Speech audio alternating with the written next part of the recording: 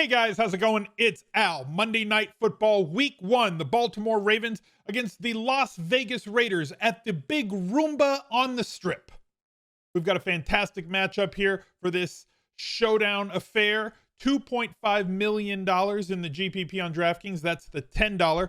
I'm going to go through and break down where I think you should go when building your lineups. We don't do tips here. We don't do picks here. What I do is more teach you how to fish, and we're going to go through the strategy of building lineups for DFS NFL Showdown slates on DraftKings. So this looks like a really great, fun game with some amazing players in it. So let's get to it. He's a legend.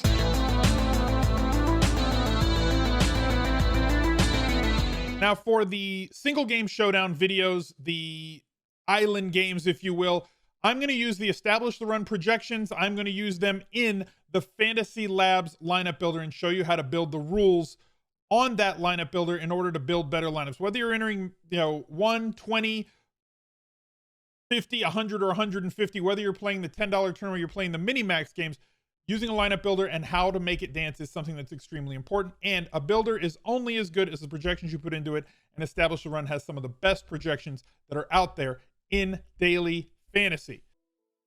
So let's take a look at the Las Vegas page here on Fantasy Labs. This is a free tool. You just go here to NFL, click Vegas. It'll show you all the games and how the lines have moved since they opened. You can't really see it because it's behind my head here, but the Raiders are 4-point underdogs. The Ravens have a 27-point implied total for their team, and the Raiders have 23 points. This game has gone down 1 point since it's open.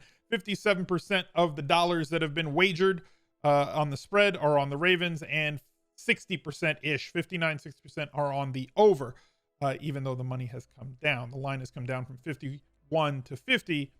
Maybe there's some big bets being placed on the under there.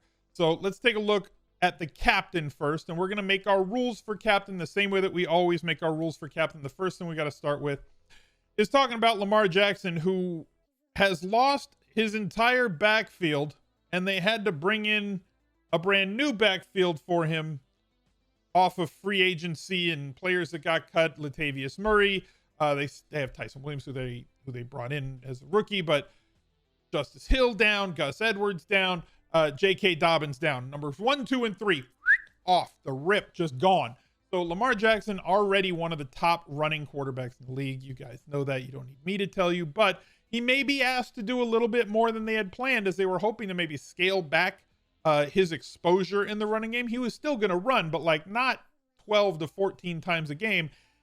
And now that may be what they have to do, is push him out there 10 to 14 times on the ground every single game, as well as running Latavius once he gets more familiar with the playbook, and Tyson in the first week. But Lamar Jackson, one of those rare quarterbacks. Typically, I will limit my captain quarterbacks in Showdown to like 7 to 10%, because historically only 15% of showdowns all time, every showdown slate that has ever been run, have won with a quarterback in the captain spot. So typically you want a running back, a wide receiver, or a really high profile tight end, like we have one on the Raiders side in this game, in your captain spot. But I will expand my allocation to have Lamar Jackson in there. Now, when you run your sims, when you run your lineups in a lineup builder, it's going to try and jam a whole lot of quarterbacks and captain, because they project to have the highest median projection, but they don't normally have the highest ceiling, which is why we try to keep them to like 7 or 8% on each of them. But I make an exception for quarterbacks like Lamar Jackson, who can completely break a slate. Lamar, Mahomes, Josh Allen, Kyler Murray, they can be the MVP because they have the tendency to put up like 30 to 40 fantasy points, just like a position player, which does not typically happen at the quarterback spot. So if you're going to play Lamar Jackson in your captain spot, the first thing that we want to make sure that we do is we're going to make a rule. If you're building by hand, you still want to do these things. You want to build a group in the lineup builder that is going to make sure that you have 2 of his pass catchers, at least 2 of Lamar Jackson's pass catchers in that group. So we're going to include Sammy Watkins. We're not going to include the running backs in that group. We're not going to include the defense in that group. I will include the kicker in that quarterback captain at least 2 group, because the kicker is more correlated with the quarterback than you would think, especially on a site like DraftKings where bonuses are involved.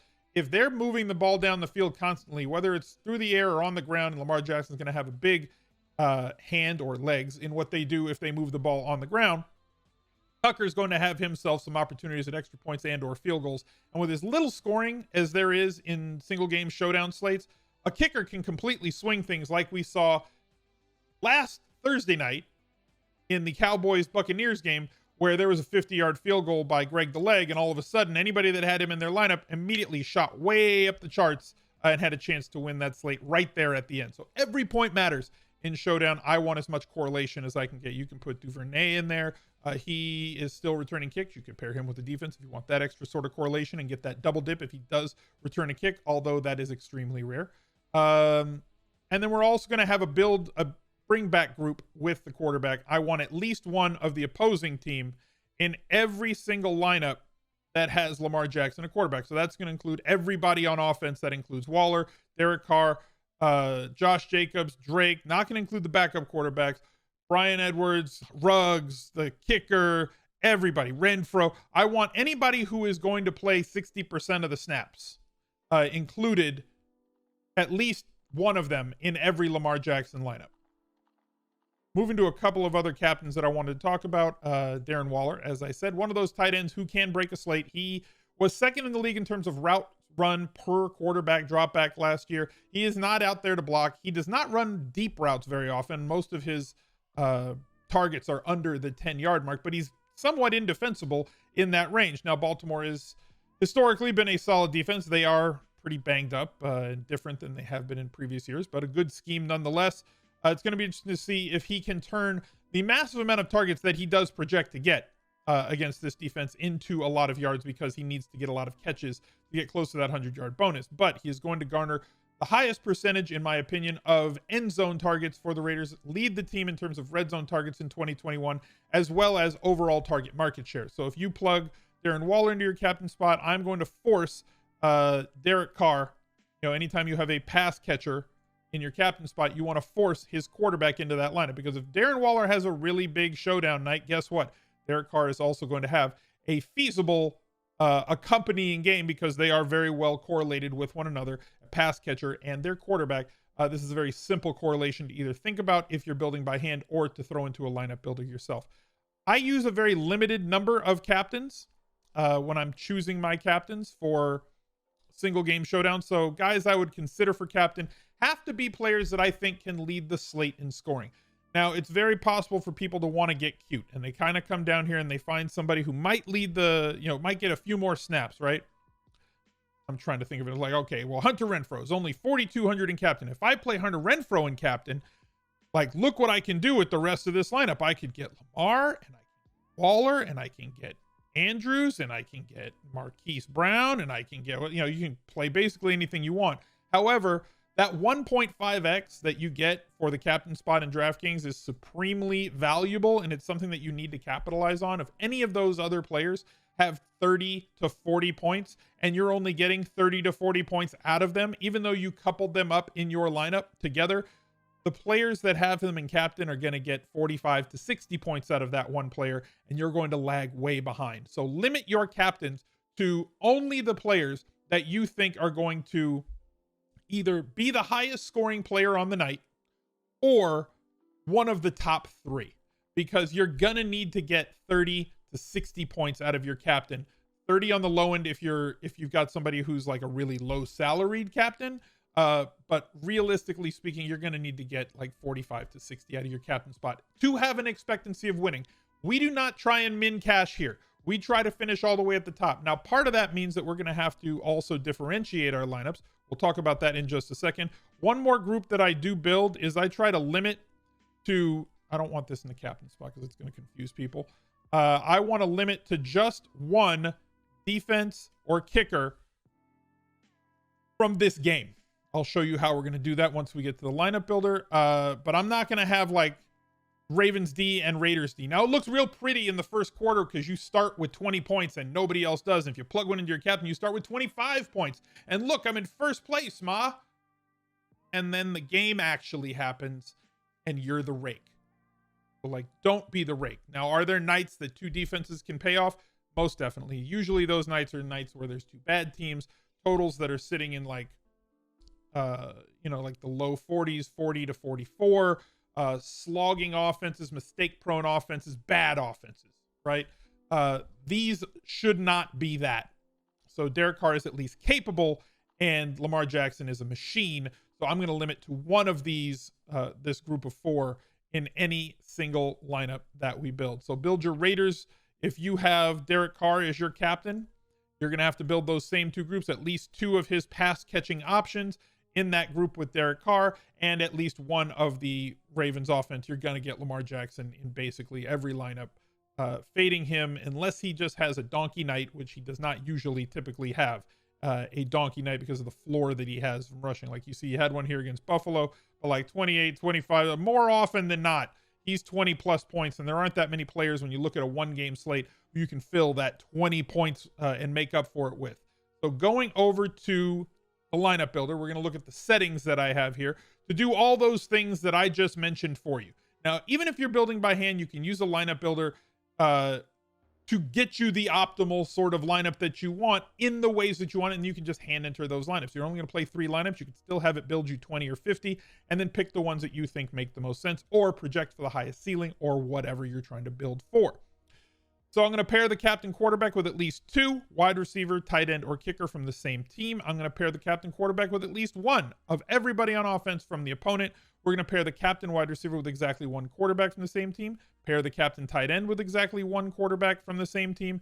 And I'm going to limit to at most 1 defense and kicker. This is that extra rule from the same game that I was telling you about. Now, there is another thing that I want you to think about. We were talking about finding players that are going to be a little bit contrarian so that you can get a little bit different in your lineup. You're going to go over here to the player groups tab. You're going to say add a group. You're going to have at least 1, and you're going to put a list in here of 5 players. Be sure that you don't use the captain version of the player. Make sure you use just the regular version of the player. And we're going to pick 5 players that you project for under 20%. Every site that we have has utilization percentages, right? Has percent rostered projections that they're going to have on their site. So pick some players. They're usually going to be players that are a little bit lower down the list, but still are guys who are going to be playing. You don't need to go all the way down here and say, oh, I'm going to pick somebody that nobody ever thought of playing.